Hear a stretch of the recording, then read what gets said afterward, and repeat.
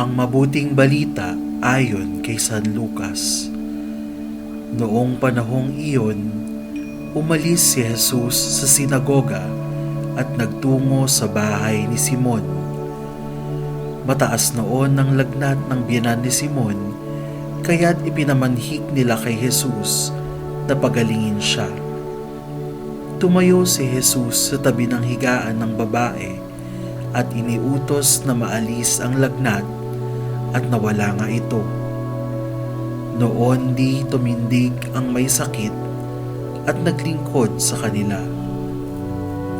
Paglubog ng araw, ang lahat ng may sakit, anuman ang karamdaman, ay dinala ng kanilang mga kaibigan kay Jesus. Ipinatong niya ang kanyang mga kamay sa bawat isa sa kanila at pinagaling sila. Nagsilabas sa marami ang mga demonyo, sabay sigaw, "Ikaw ang anak ng Diyos!" Ngunit sinaway sila ni Jesus at hindi pinahintulutang magsalita sapagkat nakikilala nila na siya ang Mesiyas. Nang mag-umaga na, umalis si Jesus at nagpunta sa isang ilang na puok. Hinanap siya ng mga tao at nang matagpuan ay pinakiusapang huwag munang umalis. Subalit sinabi niya, dapat ko ring ipangaral sa ibang bayan ang mabuting balita tungkol sa paghahari ng Diyos, sapagkat iyan ang layunin ng pagkasugo sa akin. At nangaral siya sa mga sinagoga sa Judea. Ang mabuting balita ng Panginoon. Pinupuri ka namin, Panginoong Hesukristo. Tumayo si Jesus sa tabi ng higaan ng babae at iniutos na maalis ang lagnat. Kapag lumapit ang isang tao sa kanyang kapwa-tao, interesado siya at lalo na kapag nakipagkwentuhan siya o may sasabihin sa tao.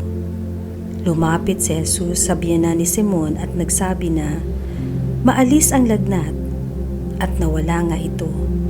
Makapangyarihan ang salita at makakatulong ang presensya ng taong nagsasalita sa isang taong nangangailangan ng tulong.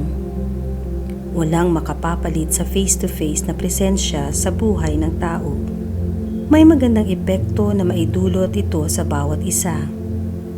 Nakikita natin ito sa kapanahunan na tayo ay nasa online classes dala ng pandemic. Bumaba ang kalidad ng edukasyon.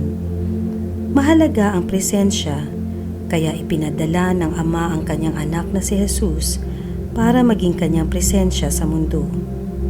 Lumapit sa atin ang Diyos, at siya ay makikita, maririnig, at makasalamuha ng mga tao sa kanilang kapwa-tao. Pati na rin sa pamamagitan ng kalikasan, dapat makikita natin ang Diyos.